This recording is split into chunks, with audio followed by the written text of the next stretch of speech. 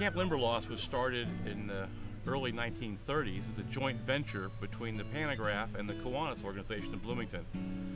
The Panagraph, towards the end of that decade, backed away from it, and it was taken over primarily by 1930-1940 as a totally sponsored by the Kiwanis organization.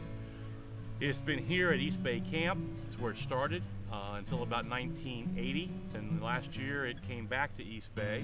It's the longest running camp sponsored by the Kiwanis organization in the United States.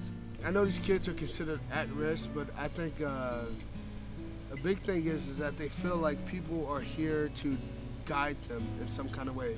We want these kids to come out of here different than when they came in. Look at respect, honesty, trust, integrity, responsibility, those kinds of things. Because that's the kind of feedback we get from teachers and different groups these kids kind of need help in. We want them to understand what being in a structured environment is like.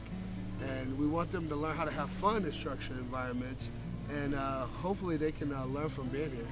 The whole week is about relationships, developing positive relationships, and we really tried to make it clear that it's not just about the friendships, it's about a relationship with your parents and your camp counselors and peers as well. I really think that the values that they're learning has really helped them, and if we can make them better human beings, then I think we did a good job. Our society today wants to place names on people. They want to tag them. We call these kids the at-risk kids. We want to place labels on people.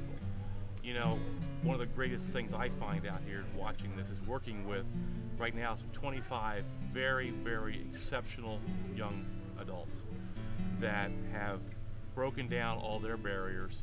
They've left their baggage on the street, and they've come in here and they've opened up to each other and opened up to me, opened up to these kids in ways that would never happen on the street anywhere else but at camp.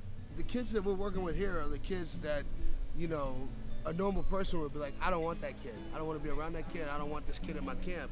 But I guess all these kids are kind of like that, which is kind of sad because most of these kids are great. They're great people and they can do great things. And I feel like if, you know, being here and learning how to communicate with them and get them to understand what we're trying to teach them and get them to participate and be a part of and enjoy what we're trying to teach them to do, then, you know, any kid would be easier. They have value, not because of any label or any look or any color or sex or anything else. They have value, and they are valued and they're loved by these counselors.